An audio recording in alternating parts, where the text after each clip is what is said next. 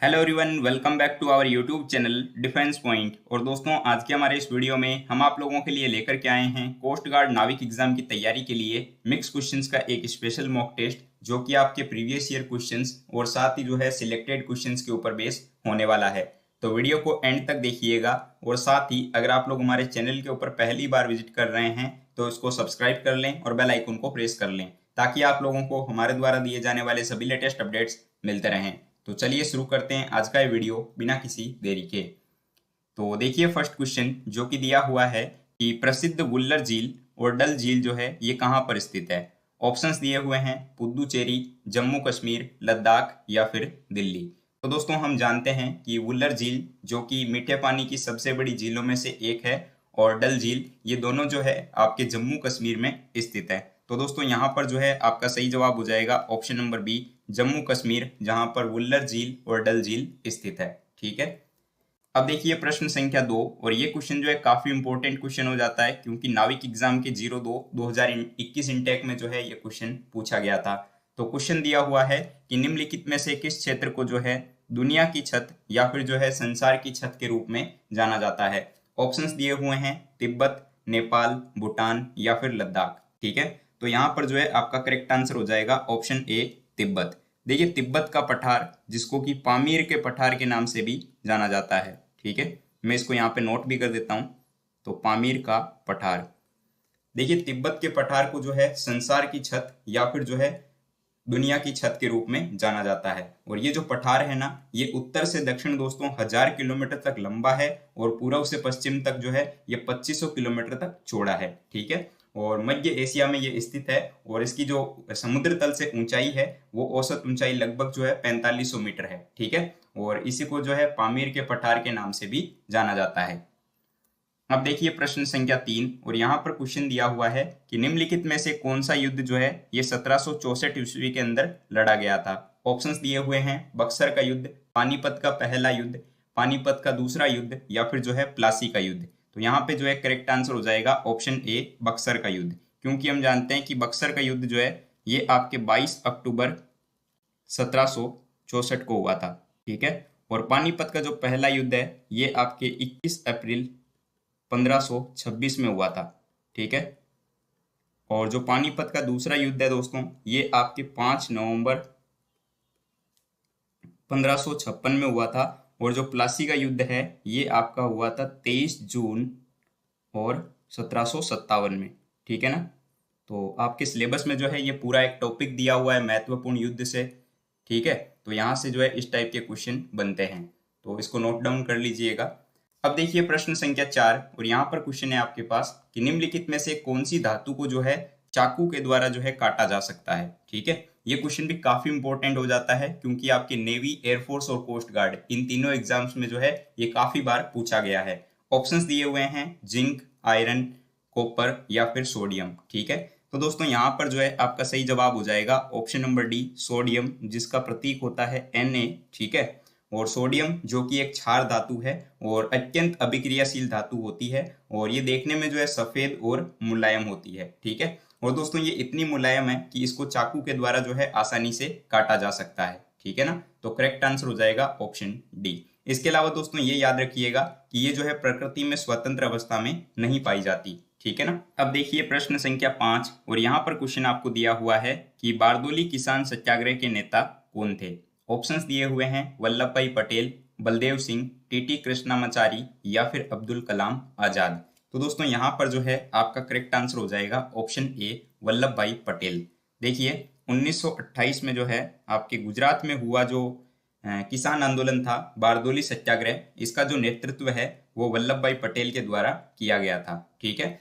दोस्तों हुआ क्या था कि जो गुजरात की प्रांतीय सरकार थी ना, उसने जो है किसानों के लगान में जो है 30% तक की जो है वृद्धि कर दी थी, यानी कि लगान को जो है बढ़ा दिया था। लेकिन बाद में ये जब मतलब कि सत्याग्रह हुआ था तो उसमें जो है सरकार ने जो लगान था उसको घटा करके 6% कर दिया था। ठीक है। और इस प्रकार से जो है बारदोली सत्याग्रह जो है वो सफल हुआ था। और ये भी माना जाता है कि बारदोली सत्याग्रह के दौरान ही जो है यहाँ की महिलाओं और गांधी जी के द्वारा जो है वल्लभ भाई पटेल को सरदार की उपाधि दी गई थी, और उसके बाद में जो है इन्हें सरदार वल्लभ भाई पटेल के रूप में जाना जाने लगा। ठीक है ना। तो इस पॉइंट को भी आप लोग ध्यान में रखेंगे। करेक्ट आंसर हो जाएगा ऑप्शन ए, बारदोली किसान सत्याग्रह के जो प्रमुख नेता थे वो थे सरदार वल्लभ भाई पटेल। ठीक है, चलिए अब देखिए प्रश्न संख्या 6, और यहाँ पर क्वेश्चन आपको दिया हुआ है कि कास्टिक चूना को जो है रासायनिक रूप से जाना जाता है। कास्टिक चूना यानी कि जिसको बूझा हुआ चूना भी कहा जाता है, ठीक है, और इसको जो है कैल्शियम हाइड्रोक्साइड कहा जाता है, जो कि एक अकार्बनिक यौगिक है, और इसका जो फॉर्मूला होगा वो हो जाएगा आपके CaOH2। इसके अलावा दोस्तों याद रख लीजिएगा कि इसको जो है बूझा हुआ चूना भी कहा जाता है। ठीक है, बूझा हुआ चूना, क्योंकि कई बार जो है एग्जाम में इस टाइप से भी क्वेश्चन पूछा जाता है। तो बूझा हुआ चूना, तो इसको जो है आप नोट डाउन कर सकते हैं। अब देखिए दोस्तों प्रश्न संख्या 7, और यहाँ पर जो है रीजनिंग का आपको एक क्वेश्चन दिया हुआ है सीरीज टेस्ट का। तो चलिए इसको हम देखते हैं। तो क्वेश्चन में बोला जा रहा है कि इसका जो अगला पद है वो क्या होगा, क्वेश्चन मार्क की जगह पर जो है कौन सा ऑप्शन रिप्लेस होगा। तो चलिए मैं इस सीरीज को नोट डाउन कर देता हूँ। तो KPD हमें दिया हुआ है, उसके बाद दिया हुआ है MNW, फिर अगला पद है यहाँ पर QJP, और उसके बाद में अगला पद दिया हुआ है SHI। ठीक है, और उसके बाद अगला पद कौन सा आएगा ये हमें यहाँ पर बताना है। तो दोस्तों आप लोग यहाँ पर देख पा रहे हैं कि इस सीरीज को जो है मैंने यहाँ पर पूरा ओपन कर लिया है। तो देखिए K से M की ओर जा रही है सीरीज, यानी कि यहाँ पे प्लस का 2 हो रहा है। ठीक है, M से जो है सीरीज जा रही है Q की ओर, तो यहाँ पे जो है प्लस का 4 हो रहा है। ठीक है, फिर देखिए Q से S की ओर, यानी यहाँ पे भी प्लस का 2। तो देखिए एक बार प्लस का 2 हो रहा है और एक बार प्लस का 4। तो अगर यहाँ पे प्लस का 2 हुआ है तो अगली बार क्या होगा, प्लस का 4। तो देखिए S कितने नंबर पे आता है, 19 नंबर पे। ठीक है, प्लस का 4 उसमें ऐड करेंगे तो आएगा 23, और आ जाएगा 23 नंबर पे क्या, W। ठीक है, तो अब देखिए आगे P से N, तो P से N में क्या हो रहा है, यहाँ पे माइनस का 2 हो रहा है, क्योंकि P 16 नंबर पे आता है और N 14 नंबर पे।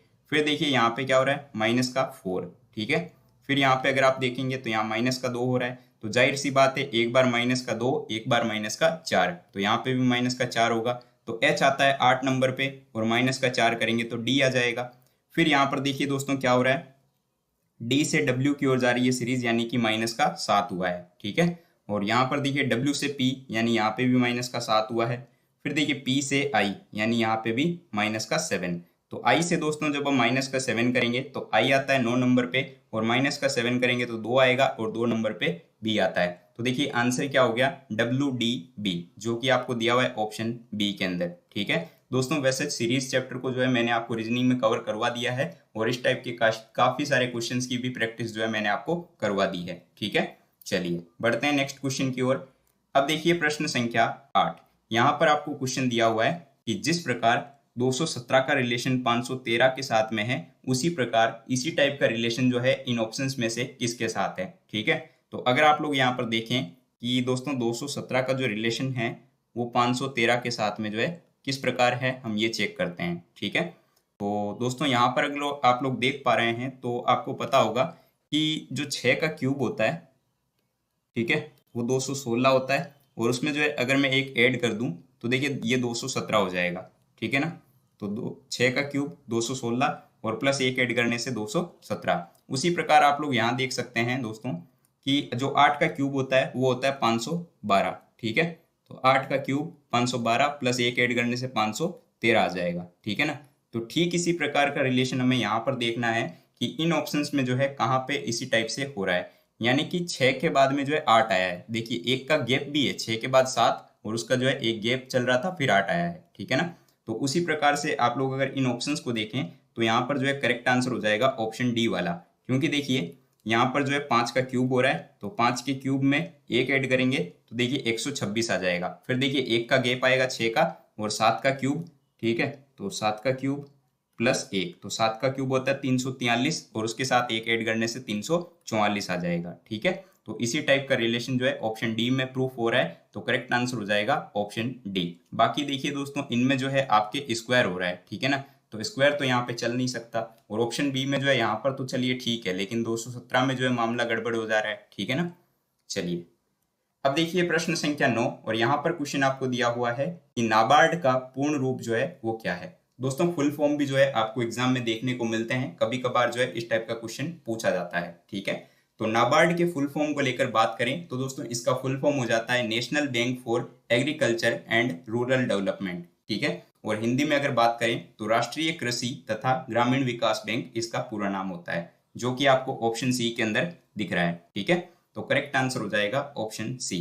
इसके अलावा दोस्तों नाबार्ड की जो स्थापना है वो 1982 में की गई थी और इसका जो हेडक्वार्टर है ये आपके मुंबई में है, ठीक है ना। हेडक्वार्टर जो है वो मुंबई में है और ये जो है देश में कृषि और ग्रामीण विकास की जो मतलब कि वित्त उपलब्ध कराने वाली एक शीर्ष संस्था है, ठीक है ना। देखिए अगला प्रश्न जो कि आपको दिया हुआ है कि गैस, धूल और अरबों सितारों वाले विशाल संग्रह को क्या कहा जाता है।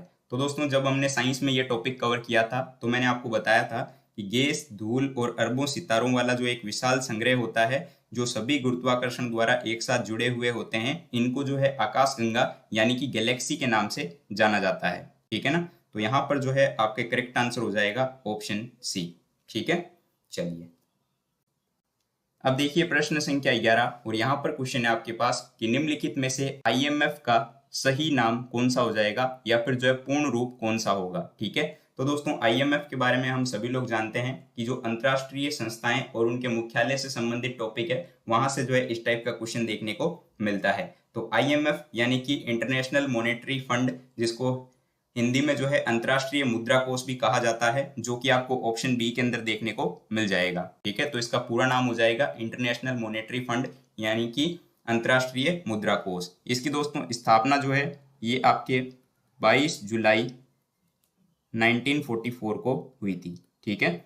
और इसका जो हेडक्वार्टर है ये कहाँ पर हो जाएगा, वाशिंगटन DC में, ठीक है। यानी कि जो मुख्यालय है ये इसका वाशिंगटन DC में है IMF का, ठीक है। चलिए अब देखिए प्रश्न संख्या 12 और यहाँ पर क्वेश्चन आपको दिया हुआ है कि जब शुष्क बर्फ यानी कि जो ड्राई आइस होती है इसको जब गर्म किया जाता है तो ये जो है सीधे इनमें से किसके रूप में परिवर्तित हो जाती है ये बताना है। ऑप्शंस दिए हुए हैं गैस, चूर्ण, ठोस या फिर द्रव।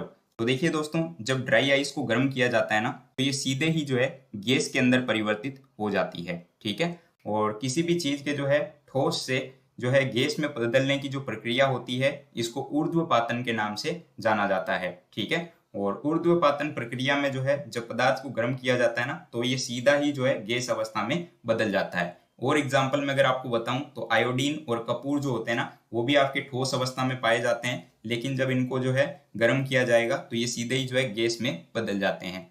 तो ऊर्ध्वपातन याद रखिएगा इस प्रक्रिया को कहा जाता है। और जब शुष्क बर्फ को गर्म किया जाता है ना तो ये सीधे ही जो है गैस में परिवर्तित हो जाती है, ठीक है। चलिए अब देखिए प्रश्न संख्या 13 और यहाँ पर क्वेश्चन आपको दिया हुआ है कि भारत के पहले उपराष्ट्रपति कौन थे, ठीक है। काफी सिंपल सा क्वेश्चन है, नेवी MR में भी आया हुआ था। ऑप्शंस दिए हुए हैं doctor BR Ambedkar, doctor S Radhakrishnan, doctor Rajendra Prasad या फिर वल्लभ भाई पटेल। तो करेक्ट आंसर हो जाएगा option b doctor Sarvepalli Radhakrishnan, जो कि भारत के पहले उपराष्ट्रपति और द्वितीय राष्ट्रपति थे, ठीक है। और ये जो है आपके इनको मतलब कि 1954 में जो है भारत सरकार के द्वारा जो है भारत रत्न से भी सम्मानित किया गया था। और इन्हीं के जन्मदिन पर जो है 5 सितंबर को शिक्षक दिवस के रूप में मनाया जाता है। यानी कि ये जो टीचर्स डे होता है वो जो है इन्हीं के जन्मदिन के उपलक्ष्य में मनाया जाता है, ठीक है। तो correct answer will be option b doctor Sarvepalli Radhakrishnan. अब देखिए दोस्तों प्रश्न संख्या 14 और यहाँ पर क्वेश्चन आपको दिया हुआ है कि एक निश्चित कूट भाषा में यदि साइंस को जो है 58 के रूप में डिनोट किया जाता हो तो टेक्नोलॉजी को जो है किस टाइप से लिखा जाएगा उसी कूट भाषा में, ठीक है। तो चलिए हम देखते हैं कि यहाँ पे साइंस को जो है किस प्रकार से लिखा जाएगा। तो यहाँ पर साइंस दिया हुआ है तो SCIENCE, ठीक है। और साइंस को जो है लिखा जा रहा है 58 से, ठीक है ना। तो देखिए दोस्तों एस का जो अल्फाबेटिक नंबर होता है वो आपका 19 होता है, सी का होता है 3, आई का अल्फाबेटिक नंबर होता है 9, ई का अल्फाबेटिक नंबर हो जाएगा 5, एन का 14, सी का 3 और ई का फिर से 5।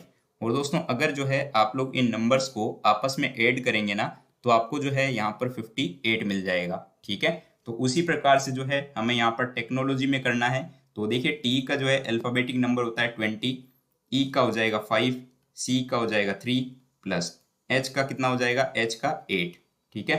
और N का होगा आपके 14 और O का होगा 15। तो टेक्नो हो गया प्लस L का कितना हो जाएगा 12 और O का 15 होगा और G का होगा 7, ठीक है, और Y का हो जाएगा 25।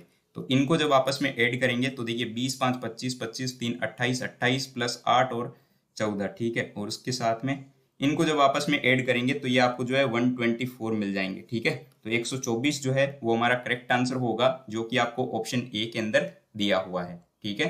इस क्वेश्चन में हमने दोस्तों क्या किया कि जो भी हमें वर्ड दिया हुआ था उसके जो भी लेटर्स हैं उनका अल्फाबेटिक नंबर जो होता है इनको आपस में हमने ऐड कर लिया, ठीक है।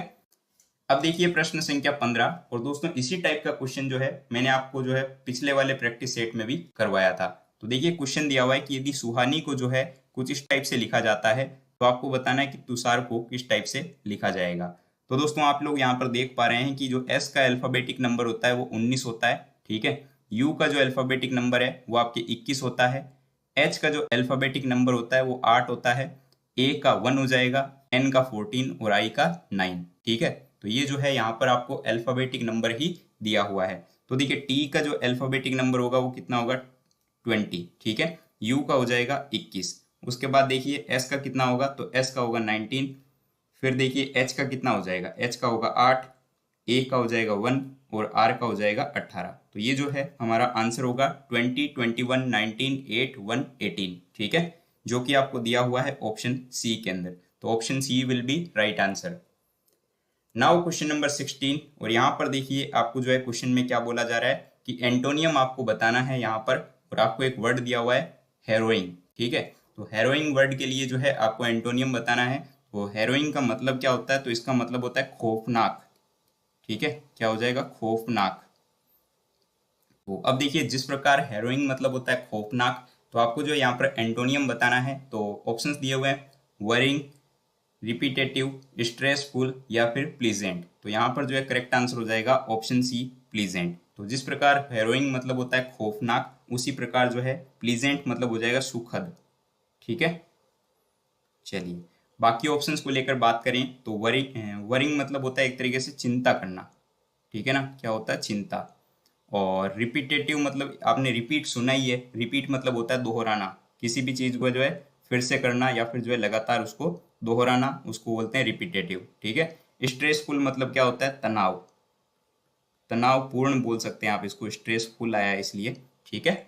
चलिए अब देखिए दोस्तों प्रश्न संख्या 17, यहाँ पर जो है आपको इडियम दिया हुआ है और इसका जो अप्रोप्रिएट मीनिंग क्या होगा ये आपको यहाँ पर बताना है। तो देखिए इडियम जो है काफी इंपॉर्टेंट है, ठीक है, क्योंकि ये जो है आपके एफकेट एग्जाम तक पूछा गया है, ठीक है ना। तो देखिए इडियम क्या दिया हुआ है कि to have eggs on one's face, ठीक है। तो यहाँ पर जो है इसका अप्रोप्रिएट मीनिंग क्या होगा ये बताना है। तो उससे पहले जो है आपको इडियम का मीनिंग पता होना चाहिए। तो यहाँ पर जो दिया हुआ है कि to have eggs on one's face, जिसका मतलब होता है शर्मिंदा होना, ठीक है, तो यानी कि एम्बेरस होना, ठीक है ना।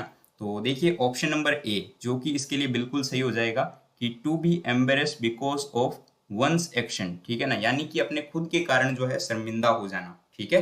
तो ये जो है इसके लिए परफेक्ट सूटेबल ऑप्शन है। तो right answer will be option A. और दोस्तों ईडियम और फ्रेज में से जो है आपको एक क्वेश्चन देखने को मिलता है, और ये जो है आपको ऑलमोस्ट हर शिफ्ट के अंदर देखने को मिलेगा। तो आप लोग जो केडी पब्लिकेशन की बुक है उसमें से जो है इस टॉपिक को कवर कर सकते हैं, क्योंकि वहां पर जो है आपको बहुत ही इजी भाषा के अंदर समझाया हुआ है, ठीक है।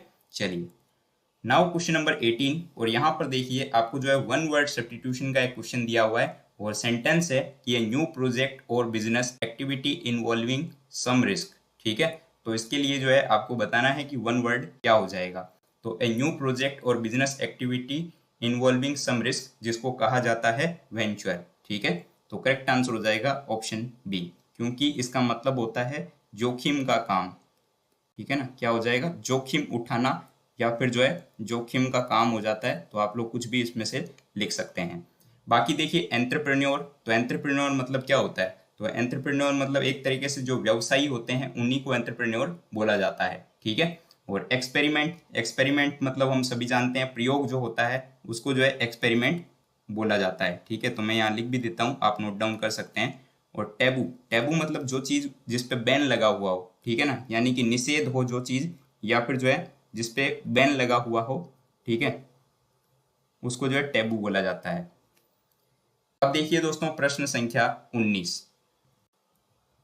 यहाँ पर जो है आपको मैथ्स का एक क्वेश्चन दिया हुआ है और दोस्तों जो मॉक टेस्ट है इसमें जो आपको मैं मैथ्स के क्वेश्चंस करवा रहा हूँ, मैं आपको सिर्फ वही क्वेश्चंस कराऊंगा जिस टाइप के क्वेश्चंस जो है प्रीवियस ईयर क्वेश्चंस में पूछे गए हैं। ठीक है, तो दोस्तों इस टाइप का क्वेश्चन जो है आपके नाविक एग्जाम में आया था। तो देखिए क्वेश्चन क्या दिया हुआ है कि किसी वस्तु का जो मार्क प्राइस है यानी कि अंकित मूल्य वो जो है 480 रुपये है और कोई व्यक्ति जो है इस वस्तु को 15% और 10% की दो क्रमागत छूट, ठीक है ना, यानी कि सक्सेसिव डिस्काउंट पर खरीदता है। ठीक है, और इस वस्तु को जो है 25% बेच करके वो लाभ कमाता है। तो उसका जो लाभ होगा वो कितने रुपए होगा ये आपको बताना है। तो काफी अच्छा सवाल है, देखिएगा इसको समझिएगा दोस्तों। तो यहाँ पर देखिए आपको जो है मार्क प्राइस दे रखी है कि मार्क प्राइस जो है वो इसकी है 480 रुपए। ठीक है ना। अब देखिए दोस्तों यहाँ पर बात क्या है कि इसका जो कॉस्ट प्राइस होगा वो क्या होगा, हम ये चेक करते हैं। ठीक है, तो मार्क प्राइस, ठीक है, मल्टीप्लाई बाई क्या हो जाएगा कि ये जो है इस व्यक्ति जो है ना वस्तु को देखिए 15% और 10% दो क्रमागत छूट पर जो है ये खरीदता है। ठीक है ना, यानी कि उसको छूट मिली है। तो देखिए 100 में से 15% यानी कि 85 हो जाएगा और परसेंट है तो बट्टा में 100 आ जाएगा और मल्टीप्लाई बाई देखिए फिर क्या बोला गया है 10% की छूट। ठीक है ना, यानी कि 100 में से 10 तो देखिए 90 हो जाएगा ये और मल्टीप्लाई बाई 100। तो अब देखिए दोस्तों इस पोर्शन को जब हम सॉल्व करेंगे ना तो इसकी वैल्यू जो है वो हमारे पास आएगी 367.20। ठीक है, ये मैंने पहले से इसको सॉल्व कर रखा है क्योंकि इसमें जो है कैलकुलेशन में काफ़ी ज़्यादा दोस्तों टाइम लग जाता है। ठीक है, तो हमारे पास वैल्यू आएगी 367.20। अब देखिए हमें ये पूछा जा रहा है कि उसका लाभ क्या होगा। तो लाभ के लिए जो है वस्तु को बेचना भी पड़ेगा। ठीक है, तो सेलिंग प्राइस क्या होगा। ठीक है, तो सेलिंग प्राइस बराबर देखिए क्या हो जाएगा 367.20, क्योंकि हमारा कॉस्ट प्राइस क्या आया, तो कॉस्ट प्राइस हमारा आया था 367.20 और गुणा ये बोला जा रहा है कि इसमें कि 25% का लाभ होता है, यानी कि अगर 100 रुपये था तो उसमें 25% लाभ यानी कि 125/100 हो जाएगा। ठीक है, इसको सॉल्व करने से आपकी वैल्यू आएगी 459 यानी कि 459। तो अब देखिए आप लोगों को लाभ पूछा जा रहा है कि उसका लाभ रुपयों में कितना है। ठीक है, तो आपके पास में कॉस्ट प्राइस जो है वो है 367.20 और सेलिंग प्राइस जो है वो आपके पास में है यहाँ पर 459। तो देखिए हम क्या करेंगे कि सेलिंग प्राइस में से जो है कॉस्ट प्राइस को घटा लेंगे। तो कॉस्ट प्राइस कितनी है 367.20, वैल्यू क्या आएगी आपके पास 91.80। ठीक है, काफी अच्छा सवाल है, इस टाइप का क्वेश्चन जो एग्जाम में आता है। तो करेक्ट आंसर हो जाएगा ऑप्शन बी। ठीक है, आई होप की बात पल्ले आपके पड़ गई होगी। ठीक है ना। चलिए अब देखिए दोस्तों प्रश्न संख्या 20। यहाँ पर क्वेश्चन आपको दिया हुआ है एडवांस मैथ के सेक्शन का एक क्वेश्चन और इस टाइप का क्वेश्चन भी जो है आपके नाविक 01/2021 इंटेक में आया था। तो काफी अच्छा सवाल है। देखिए क्या बोला जा रहा है कि किसी गोले की त्रिज्या जो है वो 9 सेंटीमीटर है। ठीक है ना, तो गोले की त्रिज्या आपको यहाँ पर दे दी है 9 सेंटीमीटर और इसको पिघला करके जो है 0.3 सेंटीमीटर त्रिज्या वाला तार खींचा जाता है। ठीक है ना, यानी कि एक गोला है मान लीजिए जिसकी त्रिज्या यानी कि जो मतलब रेडियस है स्फेयर का वो आपके 9 सेंटीमीटर है। ठीक है, फिर इसको मेल्ट किया जाता है और जो वायर बनेगा उसका जो रेडियस है यानी कि त्रिज्या वो आपकी 0.3 सेंटीमीटर है। ठीक है, तो तार की लंबाई आपसे पूछी जा रही है भाई साहब। ठीक है, यानी कि एच कितना होगा ये बताना है। तो क्वेश्चन के अकॉर्डिंग देखिए गोले का आयतन हो जाएगा इक्वल में किसके, बेलन के आयतन में। ठीक है ना, तो देखिए ये क्या हो जाएगा, तो क्वेश्चन के अकॉर्डिंग आपके पहले गोला था। ठीक है, तो गोले का आयतन इज इक्वल टू में तार को लंबा खींच दिया गया यानी कि बेलन का आयतन के बराबर हो जाएगा।